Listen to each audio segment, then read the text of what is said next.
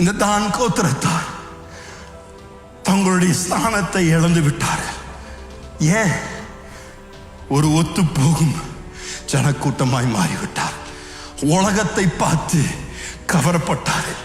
அவருடைய பழக்க வழக்கங்களை பார்த்து அதை போல நாமும் இருக்கலாமே என்று கவரப்பட்டார்கள். ஆதியாமத்தில் இப்படிப்பட்ட இன்னொரு மனிதனும் இருந்தான். ஆபிரகாமோடு கூட நடந்த ஒரு மனிதன் லோத். தேவனால் அழைக்கப்பட்டவர் ஆபிரகாம். தேவனுடைய ஆசீர்வாதத்தின் கரம் அவர் மேல் இருந்தது.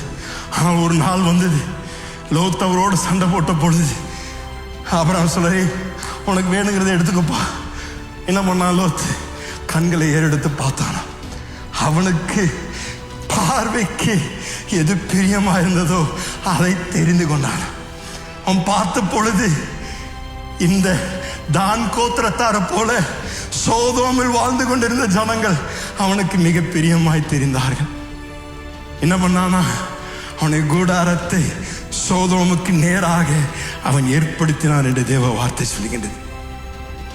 அதுக்கு நேராக தான் அவன் போட்டாங்க கூடாரத்தை. ஆனா சில அதிகாரங்கள் கழித்து லோத்தை நீங்கள் திரும்பி பார்க்கும் பொழுது அவன் அதை நோக்கி இல்லை, அதற்குள்ள இருந்தான். அப்படிதாங்க சத்ரு பலருடைய வாழ்க்கையில் வஞ்சிக்கிறான். முதல் உங்களை அவங்களை நோக்க வைக்கிறான். நோக்க வைத்த பின்பதாக கொஞ்சம் கொஞ்சமா இழுத்து இழுத்து இழுத்து இழுத்து இழுத்து திடீர்னு நீங்க உள்ள இருக்கிறீங்க. எப்படி உள்ள வந்தேன்னு தெரியல. ஆனா உங்களுக்கும் அவங்களுக்கும் வித்தியாசம் இல்லாம வாழ்ந்து கொண்டு இருக்கின்றீர்கள். அதுதான் லோத்துடைய வாழ்க்கையில நடந்தது.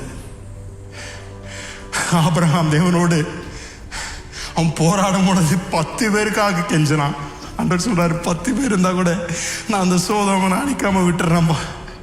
இந்த மனிதன் அங்க போய் இருந்தானே லோத்து, என்ன பண்ணி கொண்டு இருந்தான்? ஒத்து போகின்ற மனிதனாய் மாறிவிட்டான். இது உங்களுக்கும் எனக்கும் ஒரு எச்சரிக்கையாக இருப்பதாக. நாம் ஒத்து போகும்படியாக இந்த பூமியில வைக்கப்படலைங்க. இந்த பூமிக்கு நாம் சேர்ந்தவர்கள் அல்ல. இந்த பூமிக்கு மேலான ஒரு அழைப்பை உடையவர்கள் நாங்க. இந்த பூமியின் ஆசைகளுக்கும் இந்த பூமியின் இன்பங்களுக்கும் நீங்களும் நானும் விழுந்துடக்கூடாதுங்க. நம்ம மேல ஒரு பரம அழைப்பு இருக்கின்றது. அதை நோக்கி ஒவ்வொருவரும் ஓட தேவன் நமக்கு ஞானத்தை தருவாராக.